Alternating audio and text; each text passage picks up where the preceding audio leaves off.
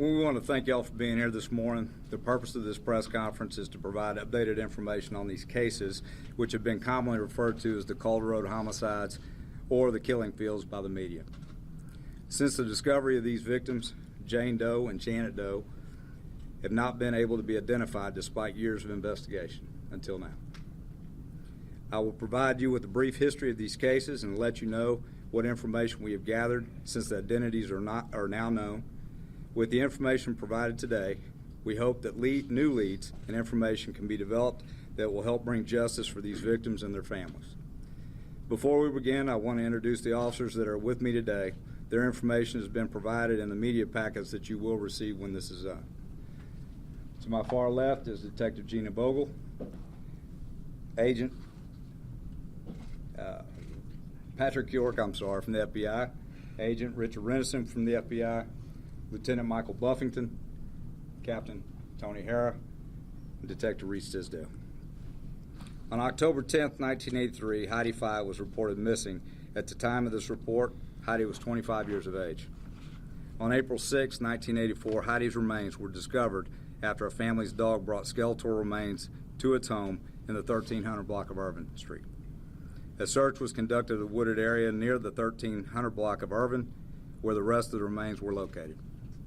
On February 2, 1986, two male juveniles were riding bikes in the same general area where Heidi's remains were discovered, and they found another body.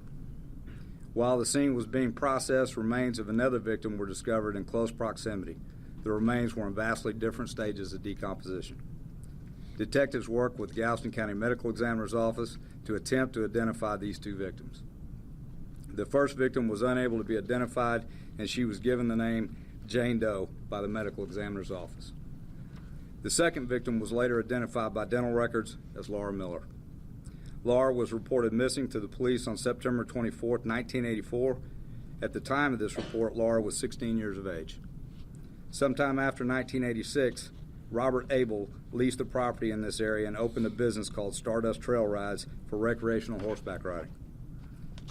On September 8, 1991, the body of a victim was discovered by two people riding horses in the area of the Stardust Trail Rides. Again, detectives worked with the Galveston County Medical Examiner's Office to identify this victim. After a thorough investigation, detectives were unable to identify this victim, and the Medical Examiner's Office gave her the name Janet Doe. Since the first victim was discovered in 1984, detectives from the League City Police Department have been working diligently to identify Jane Doe and Janet Doe and search for suspect or suspects that are responsible for these senseless acts. Over the years, there were several attempts to have models made from the skulls of these victims, as well as sketches to reconstruct what they may have looked like before their death to assist with identifying Jane Doe and Janet Doe. In 2016, our detectives became aware of a company called Parabon. We were advised that Parabon was able to provide an image from DNA samples of our unidentified victims that should be a closer representation of what they looked like before the time of their death. Detectives started the process of DNA extraction from the remains with DNA Labs International. The skulls of the victims were taken to Dr. Westcott at Texas State University, and 3D composites were printed to assist with the snapshot from Parabon Nanolabs. Jane Doe's snapshot phenotyping results were completed in May 2016, and Janet Doe's snapshot phenotyping results were completed in May of 2017. In April of 2018, we started working on the genetic genealogy of Jane Doe and Janet Doe with GEDmatch. The detectives behind me have worked long hours on the family trees of these victims to try to discover their identities.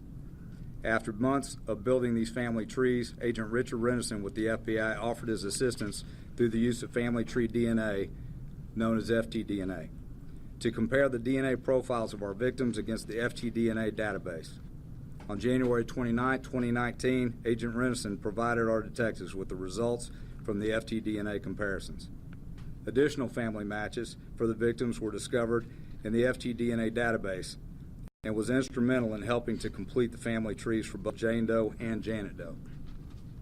From this process, we were able to identify and locate family members from both victims.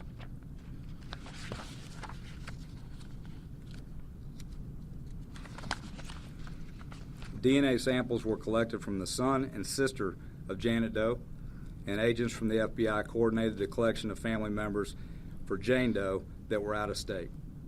DNA comparisons from all family members were conducted and positive matches were made.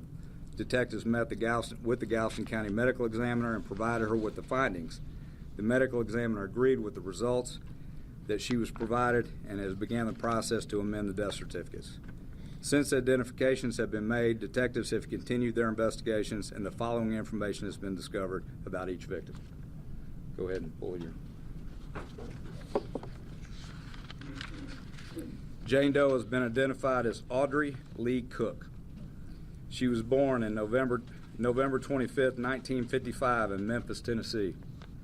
Between the years of 1976 to 1985, she lived in Houston and Channelview, Texas.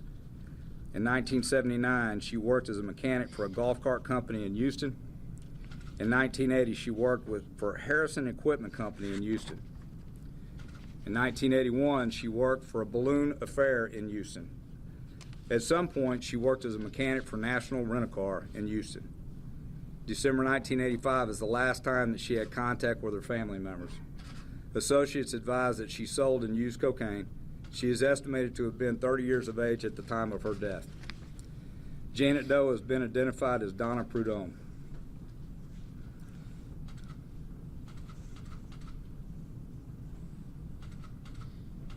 He's not Vanna White, is he? She was born on April 23, 1957 in Port Arthur, Texas. Between 1982 to 1985, she lived in the Beaumont, Port Arthur, Texas area. Around 1986, she moved to Austin, Texas. Around 1988, she moved to the area of Seabrook, Texas, where she lived in several different apartment complexes. In 1991, she lived in Nassau Bay, Texas. We have no information about her employment. It is believed that she was a frequent patron of several of the local bars around the Nass Road 1 in Seabrook, Texas. She was last seen in July of 1991. She is estimated to have been 34 years of age at the time of her death.